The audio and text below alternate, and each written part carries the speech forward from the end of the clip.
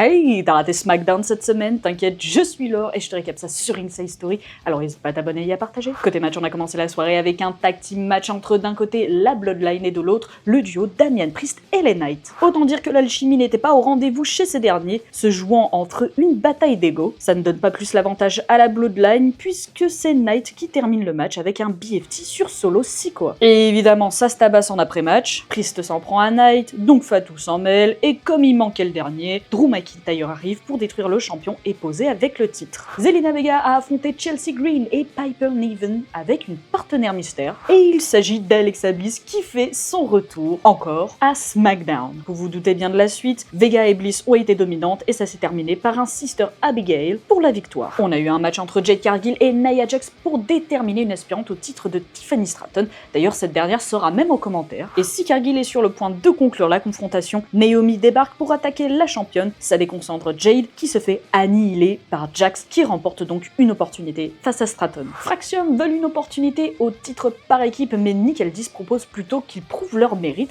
en les affrontant ce soir dans un match simple. Donc on est parti, Fraxium contre les Street Profits. Vous vous doutez bien que la confrontation a été particulièrement serrée, mais il faut croire que les nouveaux du roster ont été plus solides puisqu'ils finiront par arracher la victoire, gagnant le respect des champions. Mais il y en a d'autres à qui ça n'a pas plu et c'est DIY, qui iront les tabasser plus tard dans les coulisses, affirmant qu'ils ne seront jamais champions. Carmelo Hayes a tenté à son tour sa chance face à Aleister Black, mais encore une fois ça n'a pas été concluant. Le Miz tente d'intervenir mais il se prend une droite de Carmelo par accident, ce qui permet à Black d'enchaîner avec un roll-up victorieux. Et dans le main event, les Legado del Fantasma s'en sont pris à Rey Fénix dans les coulisses un peu plus tôt dans la soirée, ce qui justifie un tag team match entre Los Garza et le duo Fénix Andrade. Si Santos Escobar va vouloir intervenir, au final, il ne fera que pénaliser ses protégés, et donc Andrade et Fénix réussiront à reprendre le dessus et remporter la victoire. Santos, énervé, va embrouiller Berto, mais ce dernier n'a pas l'air de vouloir se laisser marcher dessus. Côté promo, Charlotte Flair est venue nous dire qu'elle est la meilleure, mais bon, comme elle se fait huer, bon, elle décide de partir. Mais elle est retenue dans le parking par Alexa Bliss. Et enfin, John Cena est venu sur le ring pour nous dire qu'à Backlash, eh bien,